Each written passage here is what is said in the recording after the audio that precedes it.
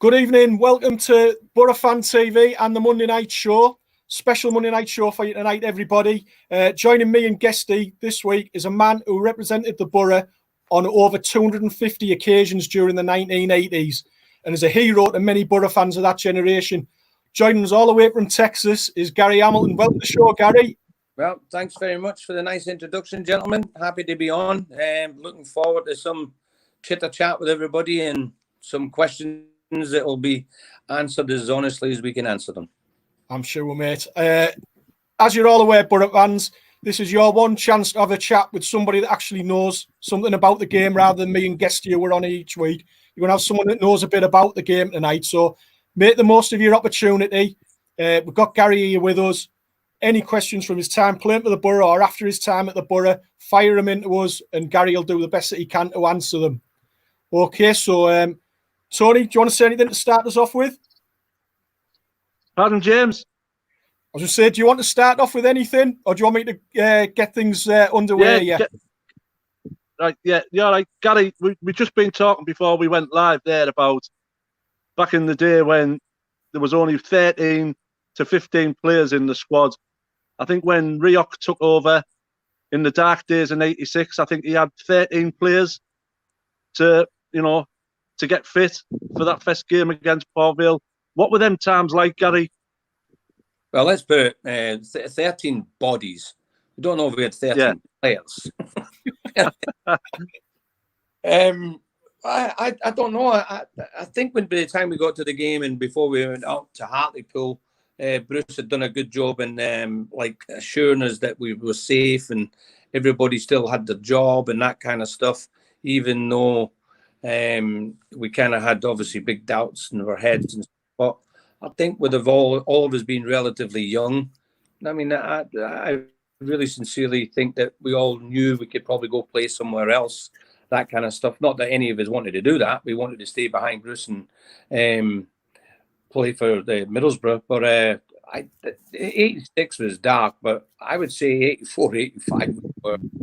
I mean, even though we had a team and we were on the field, they were dark days. I mean, the crowds had gone down. I believe that you were all out of contract at the time, Gary, and there was Archie Stevens, Peter Begree, and Don O'Regan.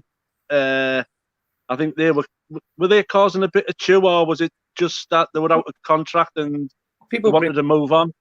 People bring up. I mean, people have got to look after themselves. I mean, I know Peter gets a lot of crap for leaving because he's a local kid and local lad and stuff like that. But at the end of the day, you've got to look after yourself. He thinks he did the right thing for himself and his family at the time. And we were actually pretty close as friends and stuff. Don was an older pro, and I think he thought as well that he could get out and maybe get a different job and secure a position. But and then they stayed. I mean, and we just fought and we wanted to fight. But I don't think any of the players. I know the crowd, obviously. I mean, they're pretty ruthless with people who leave and stuff like that. That's just part and parcel of the game. But players, we didn't look into that. I mean, we just took it as people wanting to look after themselves.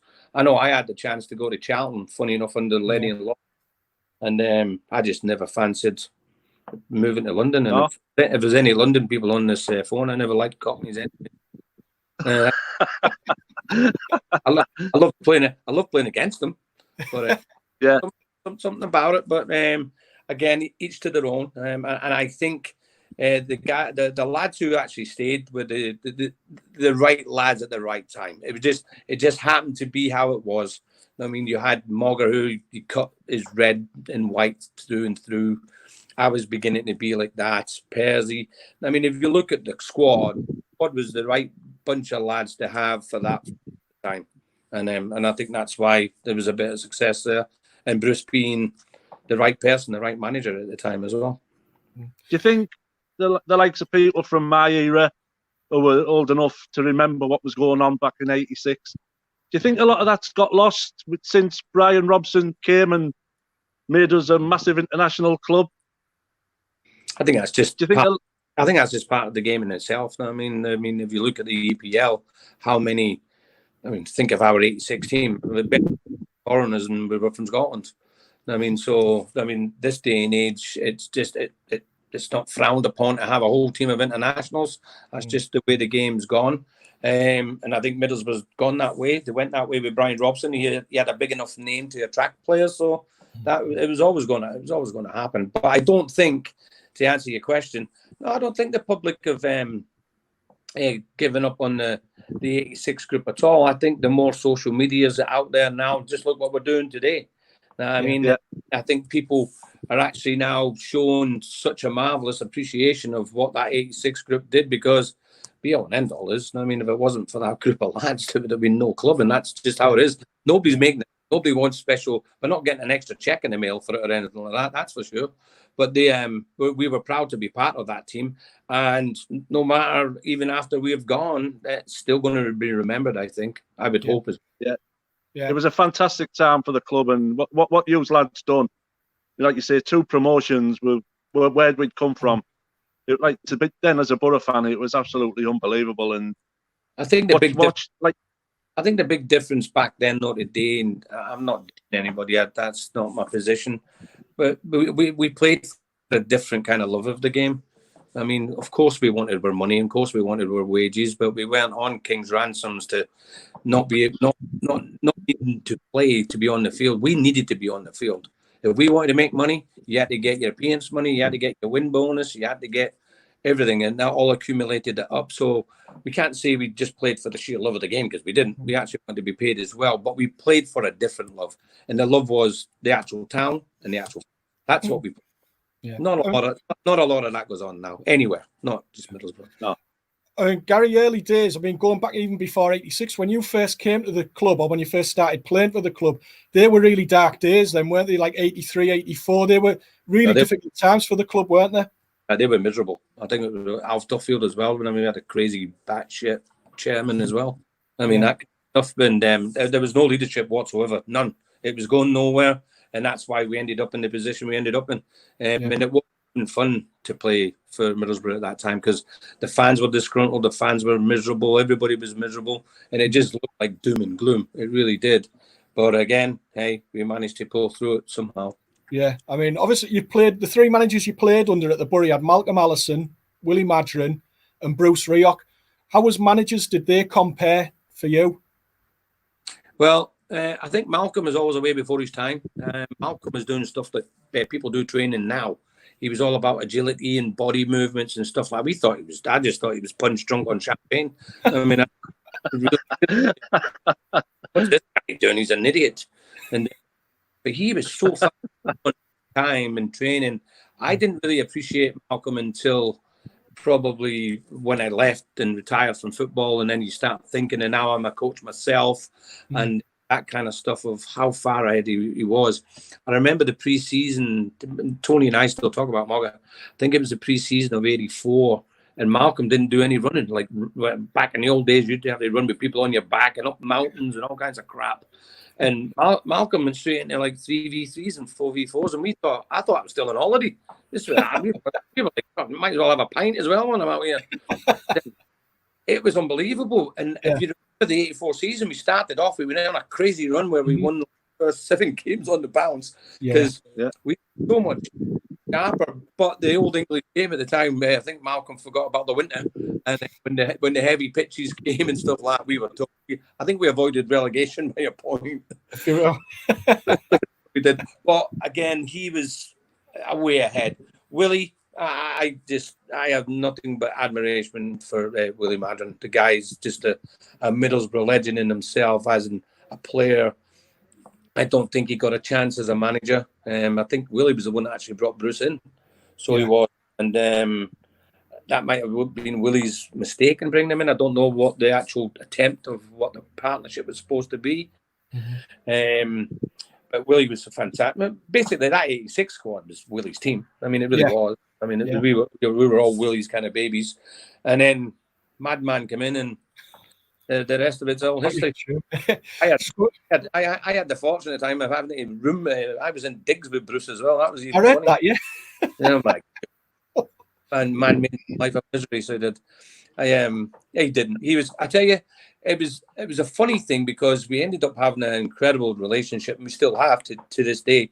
The guy was so It's so interesting to sit down. Now, I mean, he would tell me about the World Cup in '78 in Mexico and how he was the one that got Souness into play, and just in his times at Derby, and guy, unbelievable. Bruce he's like a dad to all of us. We all say we were scared of him and stuff. I think it's just because we were young, we were scared. I think it got to the point we just wanted to actually please him all the time. And because he was inspiring, and some of his speeches were inspiring. It was kind of Winston Churchill kind of crap. No, I mean, it's your hairs in the back of your neck standing up and freedom, and away we go. We all pile out and want to kick the shit out of him. But he was truly, truly remarkable. When chips were down, I remember after the Leicester game, and I was all bent out of shape because I thought that was a mess, because I thought it was like a carnival before the game. I hadn't won anything yet. And after that game on the Monday, because I just thought there's no way we're going. I'll be honest, I thought Chelsea would have won the play. I mean, I really did. And I think I went on a stupid wild weekend that one anyway, because I was all depressed. And Monday, his speech was incredible. I mean, I'm like, my God, if he believes we can win this, then I believe we can win it. He was truly, truly inspirational just at the right time. Yeah, we'll touch on that a bit more later on, Gary, in the programme, if that's all right, the Chelsea games and stuff like that. Yeah. Just before I am back to Tony, we had 2 years in a row. We went to Shrewsbury last game to win to stay up. Now, 1 year we won in '85, and then we lost the year after, went down '86. Do you have any memories of those 2 games at Shrewsbury? I know I got sent off from one of them. I think you did the one we won, wasn't it? Yeah, and it's a funny thing that as well, because I remember some big skinny guy. I think his name is Gary Stevens, I think, if I get it right. Yeah. Big lanky idiot. Yeah. And then he caught me with his elbow or something like that, and I ended up having to I had 6 stitches or something like that. And the ref told me off you go, and I thought he was sending me off for my stitches, but I forgot I'd kicked the guy. I forgot I kicked the guy as well. Well, didn't kick and for giving me the stitches. And no, I was funny because I was like, oh, just to get the stitches and come back on. And I was like, no, don't come back on. Here's your red card. So I don't really remember much about it, apart from with the one we won, obviously. When you get to them nail-biting games at the end of the season, you would rather avoid them than, have to play them every year, that's for sure. And then the one we went down, and it's never you can't hold that as an achievement in your life, getting relegated and stuff like that. Because I think they could have been avoided. Both of them could have been avoided, actually, but they went to me because that 84 one, like we said earlier, that was just doom and gloom. It really was. Them time. It seemed to be at that time there was a massive big black cloud over Middlesbrough anyway. So, but that's all I remember about. One we won and I get sent off. That's not a great thing, is it? And then the other one we get beat. I can't remember the score when the one we get beat either. Yeah, I think we lost 2-1. I think Pally got sent off in that match. What, did he hit somebody with his handbag? Really? What the one that we. The one that sent us down, Pally got sent off in that one. Yeah. I think we had 2 men sent off in the one we won 2-0. Me and Peter Peagrey get sent off. Yeah, the first one, yeah. Yeah, I remember that. And I remember that I'll never forget going into the players' lounge. My wife was actually there. She started shouting at me. I'm like, what are you shouting at? You can't get sent off in games like this. And I'm like, oh, yeah, really? Okay, thanks. We won't go. So anyway, at least it was a joy of staying up, that's for sure. But it was me and Biggs that get sent off. Yeah. So then that brings us to 86, obviously, and then bad enough getting relegated, but then the club goes into liquidation. How did the players find out about that turn of events? When did it, because obviously you'll have been finished for the season, won't have started pre-season training, had you? And when did you get inklings with being with Bruce? So I was kind of kept up to date more than most, to be honest, because I was living with Bruce, and he would tell me every day and stuff. And Bruce was paying a lot of stuff out of his own pocket. I know he was paying Joe the kit man, or Ken the kit man, and Joe, and I think he was helping maybe with Toddy's wages as he was already there, some of the staff's wages. Obviously, Bruce had more money than we thought he had, so wasn't paying my wage, but. He would tell us where we were at and stuff like that. So, and back then I didn't create a WhatsApp chat and then send everything to the lads because there was no WhatsApp. Yeah. WhatsApp was on the street. But So yeah, but he was very good at keeping us informed, though. He really was. I don't know how he did it, but everybody knew, and we knew when we had to go down to the town hall and pick our wages up and stuff like that, or even if we were picking any wages up that week and that kind of stuff. It was all kind of really a dark tunnel because we really didn't know too much other than we were told there is a good chance that the club will survive. And I think once we seen it in the newspaper that ICI and stuff were going to get involved, I think I knew personally myself that we had a really good chance of hopefully survival, because I mean it's a big world-renowned company that had got some money that could have helped Middlesbrough at the time. So yeah, and like you say, at that time, ICI was an absolutely massive company, and they'd always been on our doorstep, Gary. And for us to be in that situation, for them to eventually put their hands in the pocket, thank God they did. You know what I mean? But yeah, it's a good point you make, because they were always there, and I remember ICI just being huge as a company. I mean, I always wondered why it was never done earlier, and I just what I said earlier, but there was no leadership. I don't think anybody approached ICI or that kind of stuff to where it's a local company that's basically, I mean, right on the doorstep that could have helped, which now obviously we have King Gibson, because we do, because I mean, Steve's been a godsend. He really has. I don't care what anybody said. There's not many chairmen around as well like that guy, even though I know he gets a lot of undeservedly abuse, I think. But anyway, that's another story. At least we had the right backers at the time. It's a shame it just wasn't done earlier, that's all. We could have kept some players. Yeah. How do you feel about, like you say, you're still in the game now, Gary, but how do you feel when you do see the likes of good chairman getting grief off the fans about he's not spending his money, you know, he's lost interest? You know him better than us, Gary, you know what I mean? Yeah, I mean, I don't think for 1 minute he's a very, very successful businessman. I think I just read an article a few weeks ago. I think his own wealth just went up to 60 million over the COVID-19 time. So he's not a stupid guy, that's for sure. And like I said about individuals, people have got to look after themselves. And I'm telling you right now, he treats Middlesbrough Football Club like his own baby. That is his baby. And I can imagine he's probably got sick at times, because I know for a fact when Tony was a manager, Steve was big time putting his hand in his pocket, just paying players' wages and all that kind of stuff, because we lost all the revenue from the Premier League's money and all that stuff. So, yeah, I think it's easy just to stand on top of a building and shout at somebody without knowing all the actual facts. I mean, the people who are moaning, would they put their hands in I know they do probably put their hands in the pocket to pay and go watch a game, but I don't know. I think the guy will be there. I would rather have Steve Gibson than some foreigner. There you go. I really would. I think he has the club at his best interest always, and I think he is the right man for Middlesbrough Football Club. I'll always say that. He's been nothing but big time to me and my family. I mean, anytime I want to go to the games, they got me 2 seats and stuff like that. I get treated better than half the lads there. I think it's because I live over there. I've got my own 2 seats in the box and everything. It's great. That first game, Gary, at Hartlepool, what was the preparation like for the players? Because it was only the day before that we knew the game was going to go ahead, didn't you? Yeah, to be honest, it was a bit of a shit show. It really was. If anybody says we were organised and stuff like that, no, we were not. I mean, we looked like this Centenary pub team, so we did. But so I think that basically, honestly, I think it was just the excitement of getting back on a field to play that carried us through that game. I can't even remember the game other than Archie's 2 goals. Yeah. That game to me is a blur, because everything before it kind of was as well. I think we were just happy. I remember more. I think it was the Tuesday we went back into Ayrsham and played Hartlepool in the cup. I remember more of that day. I think the Hartlepool game, we just treated it like, it was Bruce again. Bruce said just treat it like an away game. It's not a home game because it's not our home. We treat it like an away game, and that's probably what got us through that one.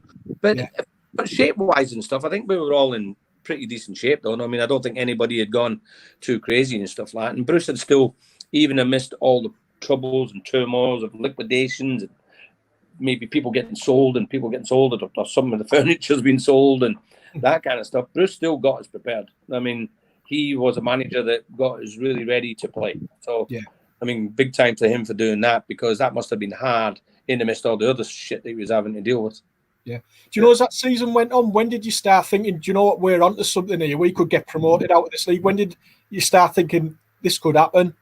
I think probably the Christmas, New Year time. We sat and we said, because we always thought as well, because we were looking over our shoulders thinking, well, we're safe as in financially for right now.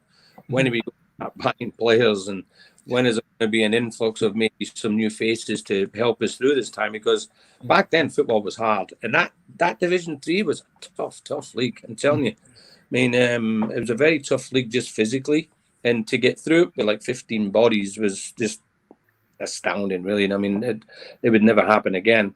And I also think it was just a lot of luck. But Bruce's man management, again, I mean, he would never work us too hard. I think he had us in the right shape at the right time. And I think at the Christmas, New Year, I think we played York City on that New Year's Day. And I'll always remember it because Archie asked me on New Year's Eve, did I want to go for a pint? And I'm like, no, I don't think we're allowed to drink. And Archie's like, ah. And I'm like, no, we're not going for a pint. We can wait till after the game, Archie, and have a pint. And then Archie looked at me and he went, wow, shit, things are getting serious around here then. And I went, yeah, because I think we can win this league, man. And Archie's like, well, I'm not going to win it today. But good friends. So, yeah. One thing is, I think Archie did have his couple of pints. I didn't, even though people know I'm renowned to having a pint or two. But no, not before the games. Yeah. As you can see, guys, loads of great comments here. A lot of love out here for you, and Boro fans, don't forget your contribution. You scored some great goals in your time with the Boro. I can remember the 2 against Fulham in that 3rd division season. There was some belters in the 2nd division season. There was the one against Bradford, which obviously people always talk about. The one against Plymouth. Was one of your favourites one of those goals, or is it another one that you scored for the Boro? Well, I didn't score that many, let's be honest. Oh. Right, back in. Yeah, you're back. You're back. Am I still on? Yeah, you're still here. Yeah. No, I think the Bradford goal just sticks in mind with everybody. I can't hear you guys, though. So have I done something wrong again? So all these people try to call me. No. Oh, we can see you. We can see you and hear you. I can't hear. Right. Okay. No volume. Don't know where it's gone. Right. Gary. Can you hear us, Gary? Oh, it appears as though we've lost Gary from a sound point of view. Obviously, we'll just talk for a minute there. So it's obviously we got promoted from the 3rd division, and then it was up to the 2nd division the following year. And to be honest, we didn't sign that many players, did we? Moving from the 3rd to the 2nd. No, like Gary was just saying there, they were sat waiting. Most probably will there be an influx of players because, like you say, we'd managed to be financially sound, but it was pretty much the same team, James, wasn't it? I can't remember. I can't remember any really marquee signings coming in that season. Do you know what I mean? Yeah. So, just our local lads, local legends. Yeah. Sorry about that, gentlemen. Don't worry, Gary, not a problem at all, mate. We were just saying there, obviously, there wasn't many acquisitions after we got promoted. I think we signed Dean Glover in the summer before the start of the 2nd division season. I mean, that's soft, lad. Yeah, well, just add a bit more bite to that midfield. You've got you there, and then you've got Dino as well. What was he like to play with? Dino and I used to tell Dino, you chip him up now, volume. And that's how we got on with it. He's a great lad, great professional, fantastic professional. It's a shame in a way because I think Dino was actually a centre back. I think he was actually a centre half at Villa, but he was never going to break that mould of Mogger and Pally. That just was never going to get broken. So it was a shame in a way. I don't think, even though a lot of Boro fans hold him dear to their hearts and stuff like that, I've seen many times that he's their best player ever and stuff, and I have nothing but admiration for him because he actually played that position his entire time at Boro. Yeah, I think he played centre back maybe twice. Yeah, so he did, and by the way, he was a really, really good centre back. Yeah. I mean, Dino used to tell everybody because Dino lacked a little bit in the pace side maybe, but he just used to tell people, "I'm just getting there as quick as I can," which I thought was one of the funniest things. But Dino getting there late, I'm telling you, you were getting hit. So, and you probably weren't getting back up either. And he was pretty good at that in training as well. It wasn't just me that ran around and kicked the shit out of everybody. Him as well. So, but yeah, it's a shame in a way. The more I think about Dino, he kind of, I mean, again, I think he had a great part of his career at Middlesbrough, but I think it could have been a different story, if you know what I mean. If maybe we'd sold Pally earlier or whatever. Mm-hmm. I mean, part of that season as well, I mean, you went on a great run again in the league, but a lot of people always remember the 3 cup games with Everton that season. I mean, at the time they were league champions, so you were talking about a top team.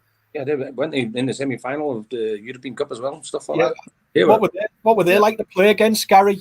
Yeah, but they were stacked. Do you know when the Everton games came around? It was funny. When you looked around our dressing room, there was nobody frightened. We didn't have a fear. And again, I think it came from Bruce. I mean, Bruce always had this calmness around him, even though he was a bit of a psychopath, by the way. But he had a calmness around him at the right time. He knew when to like shout and scream and to do it. And anytime we had to face like big competitors like them, the week prior to it was all different. It was all approached differently. And he basically used to tell us they have football players like we have football players. And he says, I'll put my money on you guys. He had that fantastic like power to maybe empower you as an individual to go play to your best of your ability. And then he had a group of, again, young lads that just were so keen to impress him. And then I think once we knew we were on to something, it was good. It was a great ride. But them games were fantastic. Other than I got the blame for the goal down at Goodison, and it was Mogger's fault. It wasn't my fault. He was taking him to the moon with him, so obviously favourite there. The first replay back at Ayresome Park, like you still get the shivers. I think I was on my way out the Aldgate when we equalised. Yeah, when we equalised late on, and it was absolutely crazy.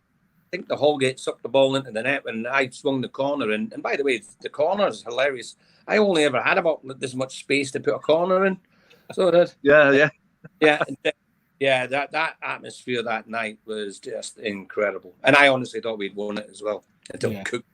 Yeah.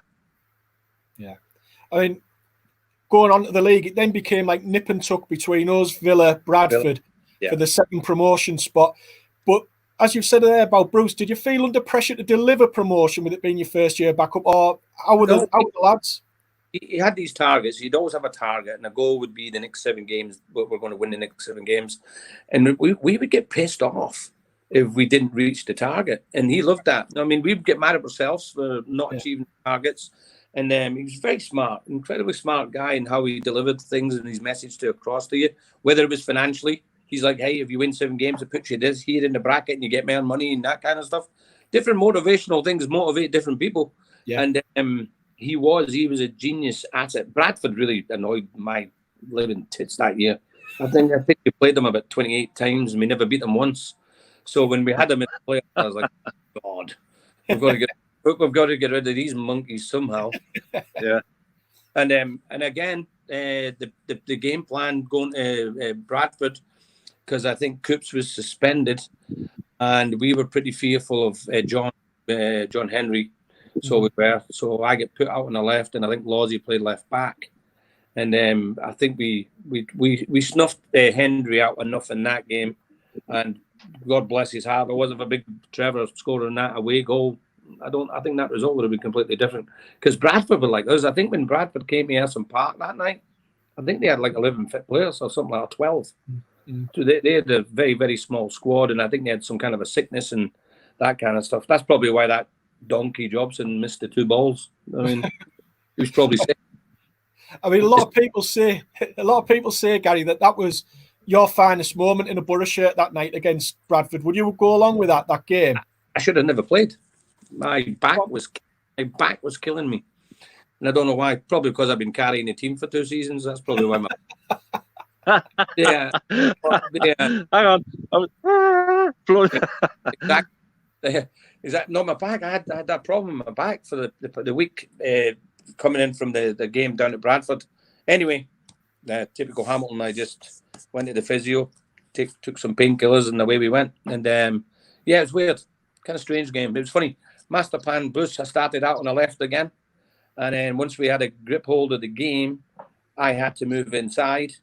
And Bradford didn't know what was going on because I had come up against an opponent who I think was probably one of the hardest people I played against, Mick Kennedy.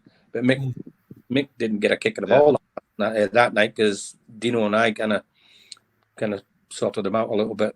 Yeah. You were up against him, and Stuart McCall was there as well, wasn't he? Yeah, he didn't do it in both games. Him, big lanky one was more of a threat. What was his name? Ormonroyd or something? Ormonroyd, yeah. Ormonroyd, yeah. And the baldy guy that looked 65, Fletcher or something like that. Ron Futcher. Yeah, him. Ron Futcher. He always looked like 60s or something like that. Yeah. But people talk about it being my finest game and stuff like. Yeah, I suppose it is because it meant so much. I suppose. I mean, it was a big game. I think I played better games, but I should have scored a hat-trick that night. I missed like sitter after sitter, so I'm glad the one that went in off the bog roll, because if you have a look at it, it's a bog roll sat right in the box, and I think I kicked the bog roll. So I think the bog roll takes the claim of the goal. And there's a little story behind the celebration as well, because that became an iconic thing on Teesside after you scored that goal. Yeah, I had a pal and we had a bet, and the bet was for a good few quid as well. And I says, I've got a funny feeling I'm going to score. I says, because I'm not meant to play the game, so I'm going to play the game, so something's going to happen. And he said, that check is sent off. And I says, I'm going to score the winner, and I know you sit, and I'm going to come and do something stupid. And so when I scored, I couldn't believe it scored. And I knew it's extra time. There's not much time left. Yeah. And I couldn't see Bradford scoring anyway. So when I was running, I'm thinking, what can you do? Because I wasn't really one for celebrating goals. I'd done that, and I'd done a somersault, and that was it. The rest of it, normally I just fall down or something. And so I won my money. I won the money on it. That's why it was done. It was bet, which you cannot do now these days, gentlemen. I'd have got fired. In P committee. So I would have. But that's the good old days anyway. I used to bet on August one because I took all the free kicks, all the corner kicks, everything. I'd go to the bookies and 5-1 on Morgan. I'll swing that on his head, no problem.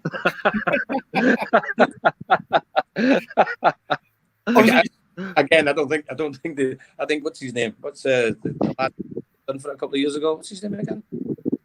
Joey Barton. Oh yeah. Yeah, Joey Barton, yeah. So I'm only admitting to these were done in the 80s, people, so don't panic. Yeah, you don't want a retrospective ban now or out, do you, Gary? No, I don't. Well, they're going to have to come a long way to get me. So, yeah.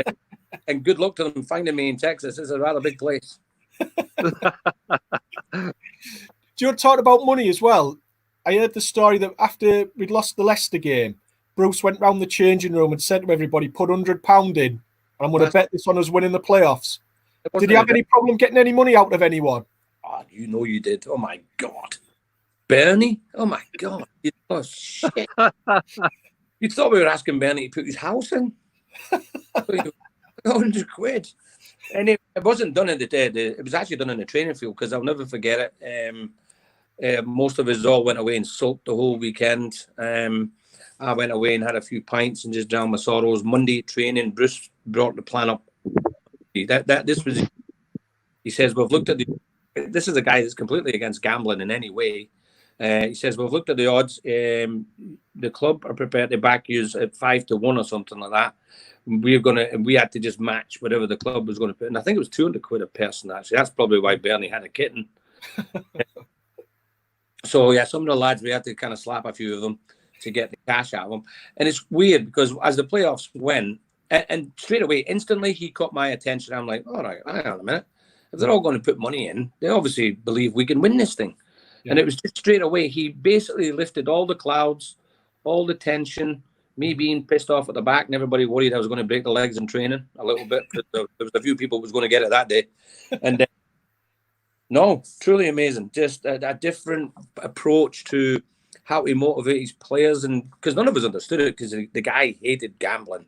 I mean, he fined us if he caught us gambling on the bus and stuff. So anyway, master plan, and everybody forgot about the money, actually, until on the bus after the Chelsea game, he got with a suitcase. And this is true.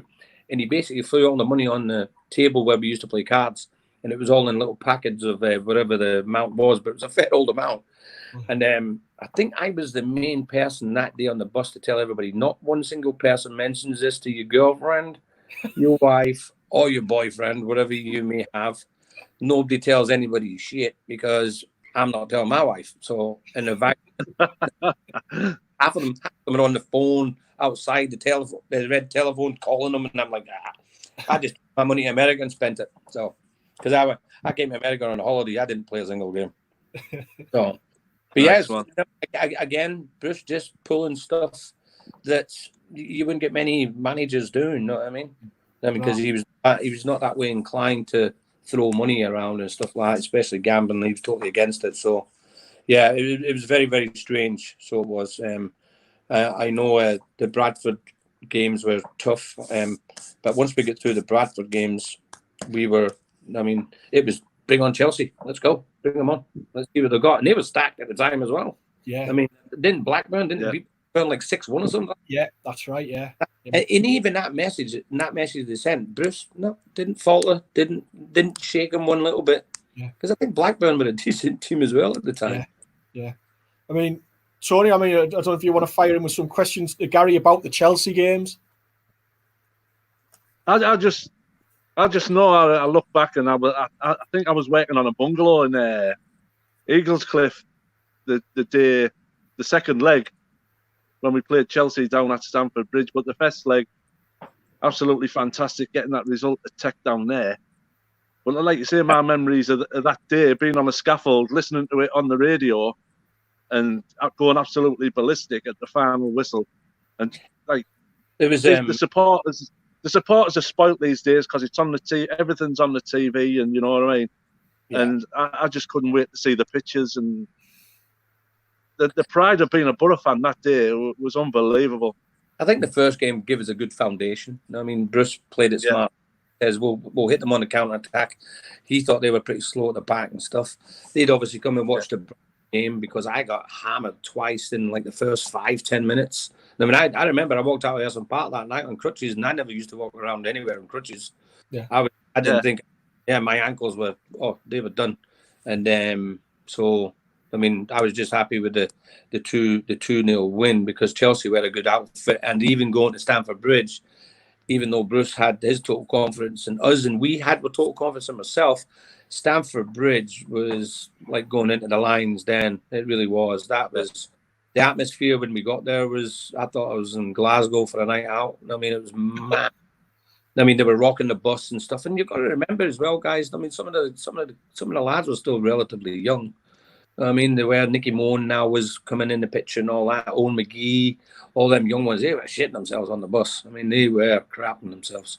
But, hey, again, once we get in the dressing room and we calmed down and everybody was fine and focused into the game, we just, I mean, that day I can remember Pally was absolutely unbelievable.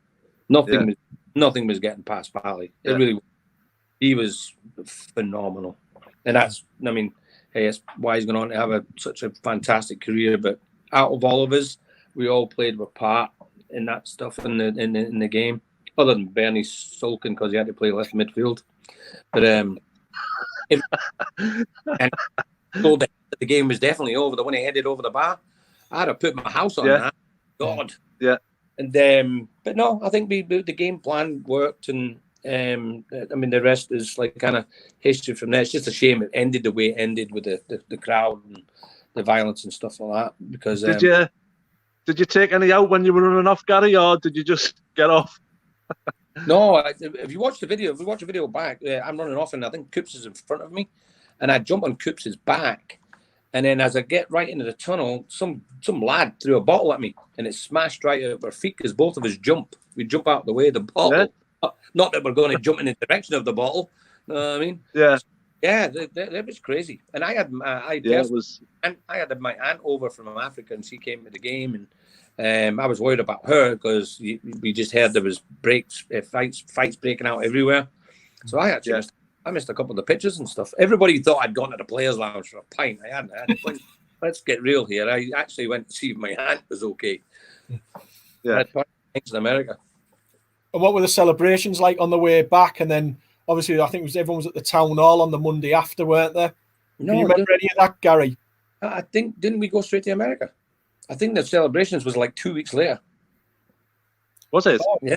I think we flew straight to America. That's when Bruce piled all the money on the bus and stuff like that. We flew straight out here, came out here for a 2-week tour, which was a waste of time, to be honest. I mean, Brian Little was the player of the tournament. I mean, that tells you a story. But actually, no disrespect to BL, because BL could still play. But most of the lads, don't think, I know I didn't play a single game. I don't think Nuki played a single game.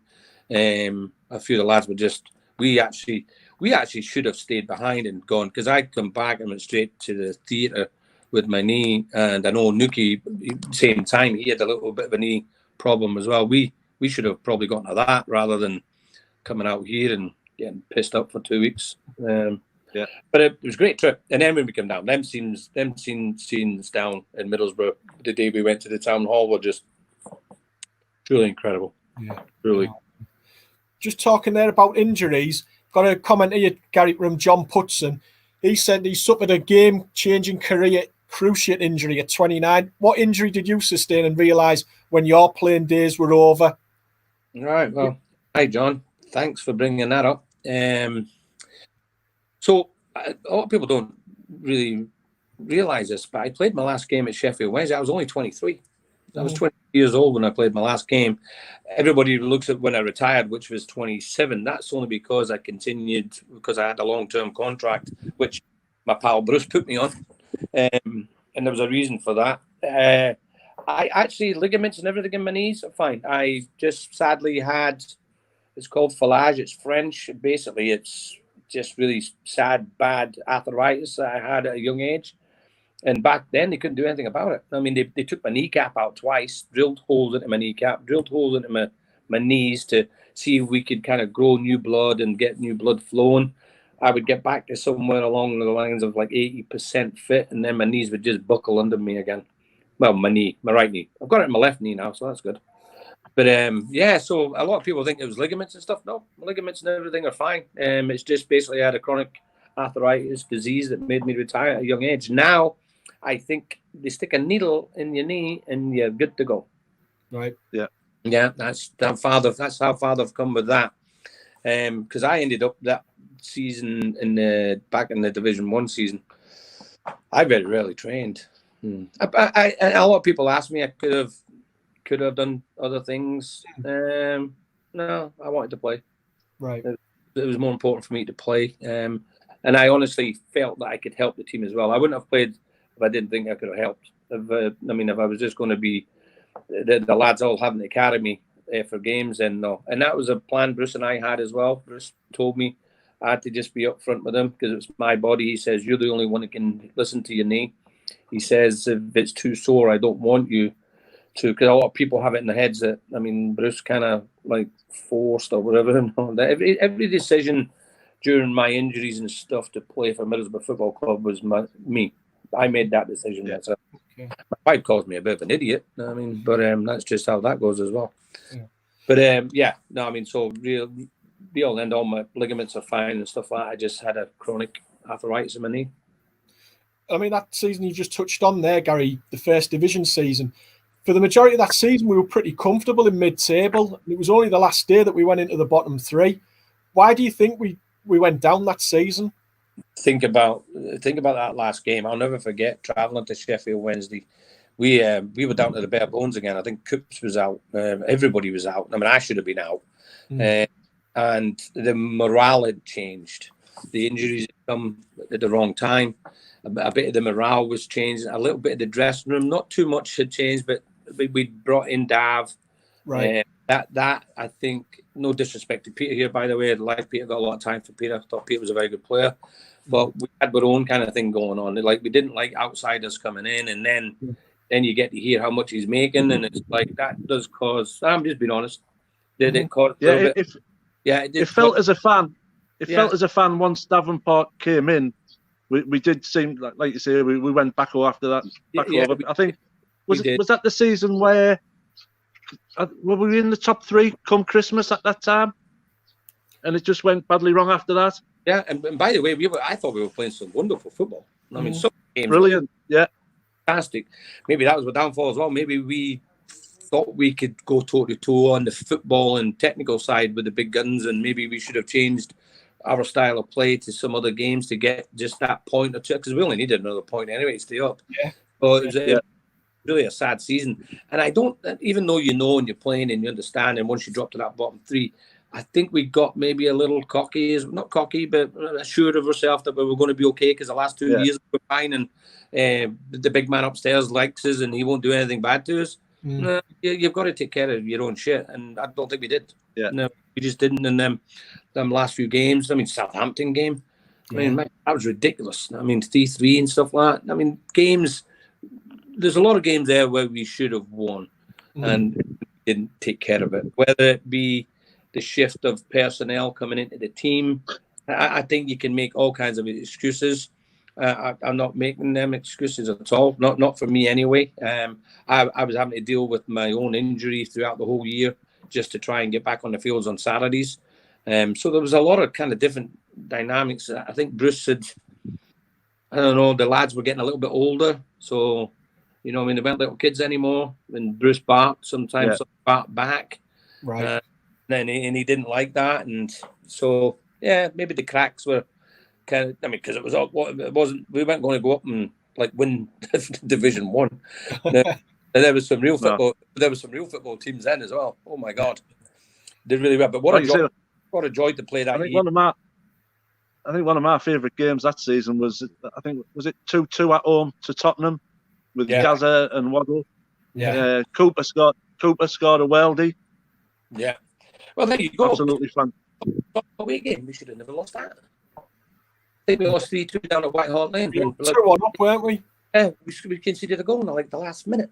Yeah. It was ridiculous, some of the points, and when you scratch, you can think back to some of the games, and you're like, oh my God. Yeah. I mean, a point from that keeps us up. Yeah. And I do honestly think some of us, including myself here, by the way, maybe we were just a little bit immature to like really mix it in at that time with the big boys. Yeah. Maybe if we'd survived, we'd have definitely learned for the following year. That's for sure. That wasn't to be. I mean, that's when maybe the Irish gold pot of luck started to run out a little bit. We've got a lot of people here. Gary getting in touch. Steve Gardner, who said he played Boro Boys with you. He's like saying hello. Lads for Craig Jobson from the Centenary. Is that Steve Gardner, the one from Texas? He lives here. He says he played football here. Yeah. He works for me over here in Texas. What's he doing on there? Everyone's on, mate. Everyone's on. Loads of people just enjoying the crack here. Talking about the Everton game that season, the Gary Gill game, where Southampton. Yeah, Southampton. He broke his leg and played on, didn't he? He broke his fib and his tip. And our physio says it's a knock. Play on. Imagine doing that. It was just. Yeah, I think you'd be in a. He was just starting to come into decent form then as well, wasn't he? He was playing really well when he's done that. That's one of the most unfortunate football players I've ever come across. Is Kelly. Yeah. I think he spent like 400 years at Middlesbrough and played 16 games or something like that. I mean, because the guy he just wasn't doomed to have a glittering career at Middlesbrough and he was a great. Gary Gill, I thought, was a wonderful football player. Fans didn't kind of take to him. I don't know why. And another guy playing out of position because he was a centre back as well.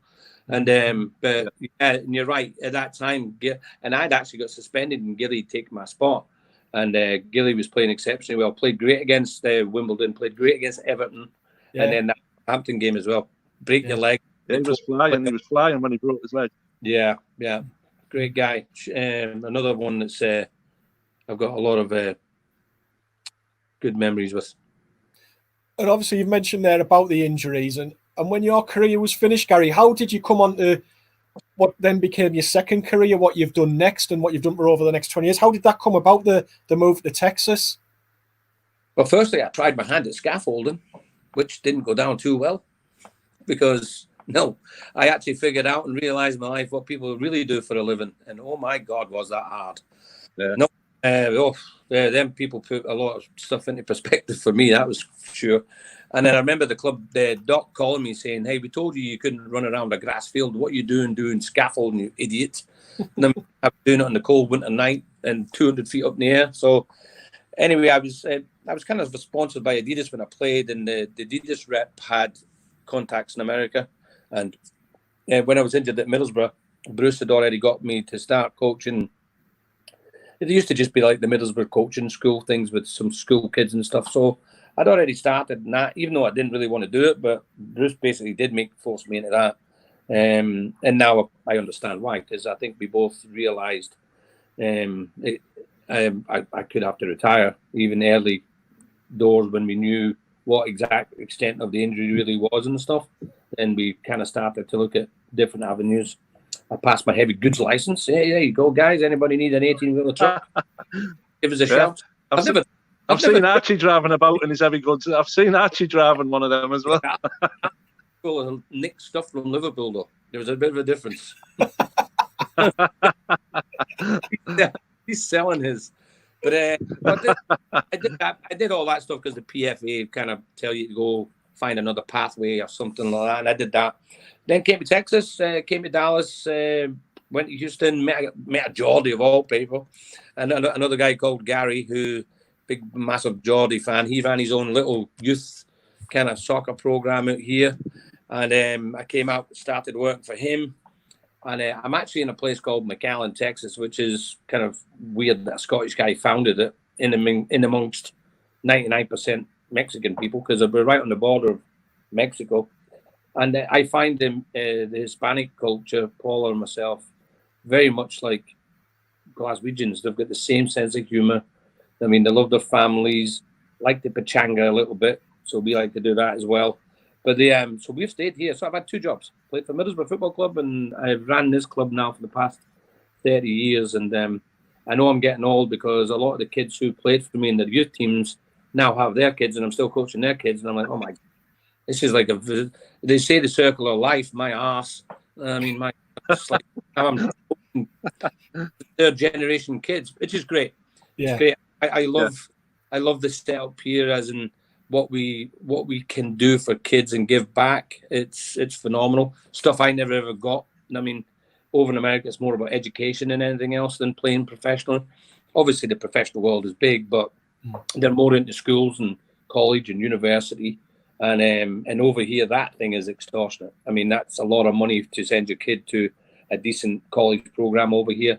So we work, I mean, very, very hard in getting that set up for the players and the parents and stuff like that. And I think we're something like 450 kids that have gone on like full ride scholarships to big schools. I mean, when I say a full ride scholarship, I'm on about $200,000 and stuff like that over 4 years.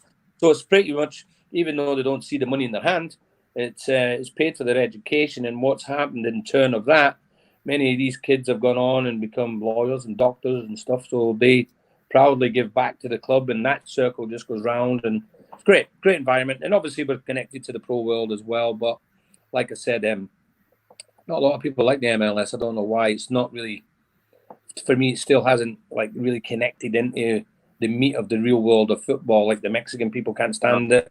I think most of our people back home could take or leave it. They really could.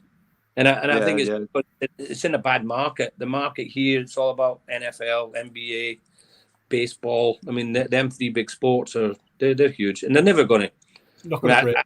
I don't think I'll ever see it in my time. I don't think they'll break the big three. They're in there now, though. Yeah. I mean, they've got the sponsorship money and all that stuff. But it's weird how they function it and run it and stuff like that. It's run by the league, and it's all kind of strange. So, but in our world, though, for the youth, it's great. It's a great environment to be in. I'm fortunate that I've put myself in a position to where I can come home. I was coming home there. I'm working 9 months, and I'm spending 3 months in Scotland with my dad every year. So that's good. Good stuff. It's not all that bad. And like you say there, you might be like over in America, Gary, but every time you come back here and you're back on Teesside for like the reunions, for like the Gary Parkinson Trust and things like that, I think it must fill you with pride how the people of Teesside still react to that team from the Rioch era. Oh, it's incredible. I mean, it really is. My wife and I mean, we're so privileged that people still even think that way. But I've brought a couple of people over. It's funny, like a guy when my assistant came over with me, and he's seen the people talk to me and stuff like that. These people don't know anything about it. So I mean, I'm not that person that runs around and screams from the mountaintop of what I did and all that kind of stuff. But the funny thing is now it seems to be coming out more and more, like I said earlier in the show, because of social media and Twitter here and Twitter there and all that kind of stuff. And so that's not good for my kids as well, because my kids never got to see me play. No, they did, even though little Gary, I carried him onto the testimonial game, but they never got to see me actually play. So at least they get to hear it and stuff like that. So it's good. I took my neighbour in Scotland down to Parky's Day do at the Beechwood and Easterside. Firstly, I said to him, hey, this is a dodgy club, so you got to be careful. And he started laughing a bit. When he came down, he just could not believe. He's a big Hearts fan, and he couldn't believe the passion of the guys in that room that night. What a night! I mean, it really is, and that's a good thing as well. Bruce has always said, and it's funny. I think we're all closer now than we ever were when we were teammates. Right. I mean, there are certain lads there I would have never hung out with. I mean, they wouldn't want to hang out with me, and I wouldn't want to hang out with them. Yeah. But I've seen you in Oscars a few times with a few of them. Who? Where? In Oscars up Eston. I've seen you in there a few times, Gary. Yeah, not with any of the players. Oh yeah, you and Colin Cooper. Oh yeah, the early days, before Coops. Yeah. No, but I mean, Bruce was always great that way. He knew we didn't have to be best of friends as long as there was a connection in the training ground and on the pitch.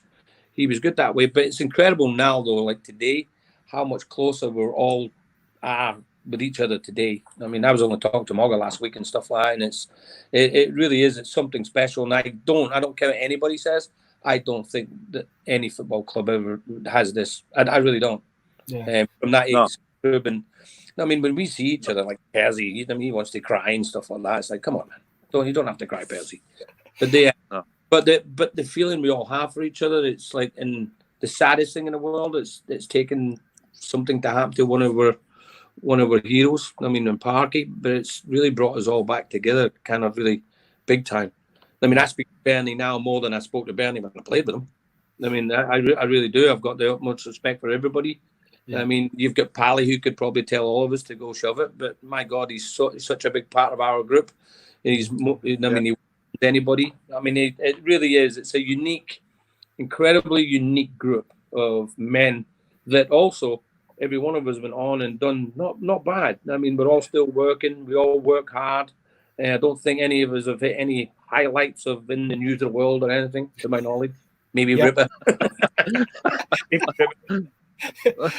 was just going to say, I'll speak for myself, and I'm sure Tony will jump in as well.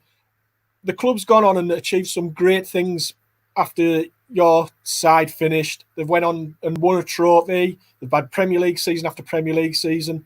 They got into Europe. They got to a European final. But I'll be honest, that team of 86 to 88 is the team that I have the most affinity with. And I don't think what you lads achieved, nothing would have followed after that if it hadn't have been for you lads and Bruce Rioch. And I think Boro fans that were around at that time recognise that, and that's why you're held in such esteem. Well, thank you very much. And it means a lot. And I know it means a lot to every single one of the guys. I mean, again, it was a good bunch of lads who were willing to just work hard for the town. I mean, I think we all realised how much and how important the football team was for the town. And I think after that first 86 year, it was ultimately important because jobs were looking a bit doom and gloom as well for people and stuff. And I mean, the football club really was a little bit of their only hope. I mean, even though we didn't know it, and I don't think the younger guys did, we kind of had the whole town like waiting for us to do something, so we helped them out their misery.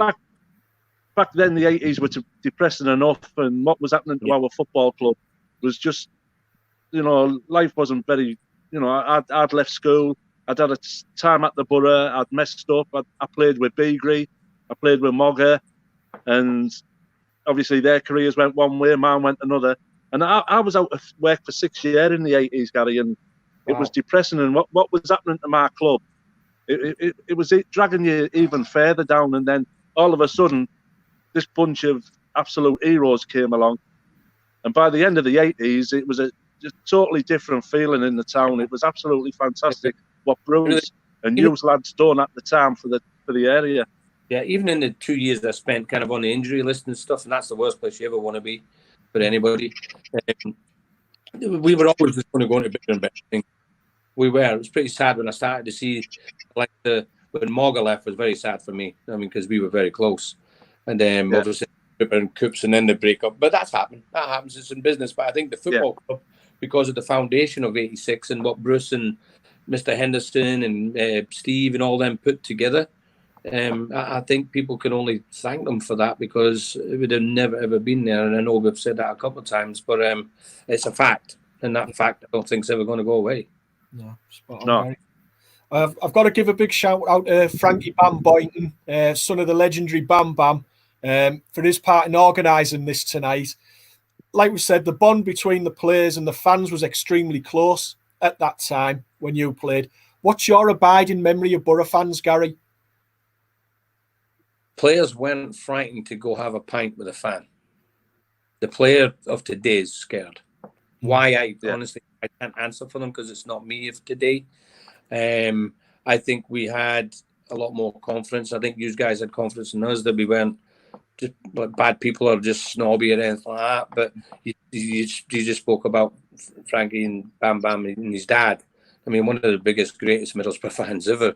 And I think every single player knew Bam Bam and what Middlesbrough meant to him. So you would never disrespect him by not giving him time of day, not spending 5 minutes with him, me not drinking 10 pints with him, and stuff like that. You just had, there was such a massive mutual respect, whether it was a fan or a player. And we instilled that in the younger ones. I mean, the younger ones were told, if you have to sign some autographs, you stand there and you sign the autographs. You don't walk away from people. I mean, you take in what people are trying to give to you. And I just think that was it. I mean, I had a great, I'm that kind of person. I was open as a book. I mean, my God, I used to live in the Centenary, for crying out loud. And my God, with your dad and stuff like that. But I've always been as open as a book. You're either just going to take me how you find me. Not everybody in the world you're going to impress or are going to like you. You're just living a lie then. But I love the game. I love Middlesbrough. I love the area. I love the people. They're one of the kindest people that you can meet. They'll open your door to anybody. And I'm just glad my wife's from there. I'm proud to say my kids are from there. So, I mean, we have a big attachment and thanks to Middlesbrough. And we're so thankful that even today that they still think and hold me in some regard that I did something for the town. Yeah. Don't ever be forgotten. No. Before we let you go, Gary, because we're almost up and out of time here. Football's starting up in a couple of weeks by the looks of it in this country. Boro may be playing 2 weeks on Saturday, but it'll be behind closed doors. How would you have reacted in that situation, playing a league game behind closed doors? I think I was playing them in 1984. 84, 85, supposed to close doors then. I don't know. I think it's a play. You've just got to get on with it. You know what I mean? The Germans, the Germans are just incredible nation, just so efficient. They're already nearly finished the season already, and I think we all need to take a leaf out of their book from in some capacity. But I think they'll get on with it. People will moan about it. I hate to say this, and I mean, I think the player of today is just spoiled. I mean, some of them are spoiled, and they're pampered. My God, we thought we were pampered, and my God. So if it doesn't go well for them, they'll complain about it or whatever. But hey, the main thing for Middlesbrough Football Club, and it should be for every player because they're picking up their wages, and every one of them should want to fight tooth and nail to keep the town in where we're at and not drop another division. Because I've not watched it yet, and I'm not going to watch Sunderland until I die. But everybody keeps telling me to watch it, but I'm not going to because I have some morals. So, yeah, I'm not going to watch. But we don't want to go through that again. We've done that part. That's part of our history. We've done that, go down to third and bounce back up. Because some people don't bounce back, guys. And we do not be that people. And I think, personally, for the players, hey, play for Steve Gibson. That's what I'd do. I would definitely send a message. If it was me playing today, we better play for somebody who it means something to. other than just ourselves as players. Spot on. Great. Gary, as always, an absolute pleasure and honour to talk to you, mate. It's great that you've joined us on the Monday night show tonight. No problem at all. Thanks for having us on. Thanks, Gary. Fantastic. Thanks to everyone that's sent in contributions to tonight's show. It's been an absolute pleasure. Real great show. It's gone over too quickly, to be honest. Please don't forget to like and subscribe to Boro Fan TV. From myself, Guesty, and the star man, Gary Hamilton, good night. Look after yourselves. Take care. And up the Boro. Up the Boro. Good night, Gary. Class. Hey.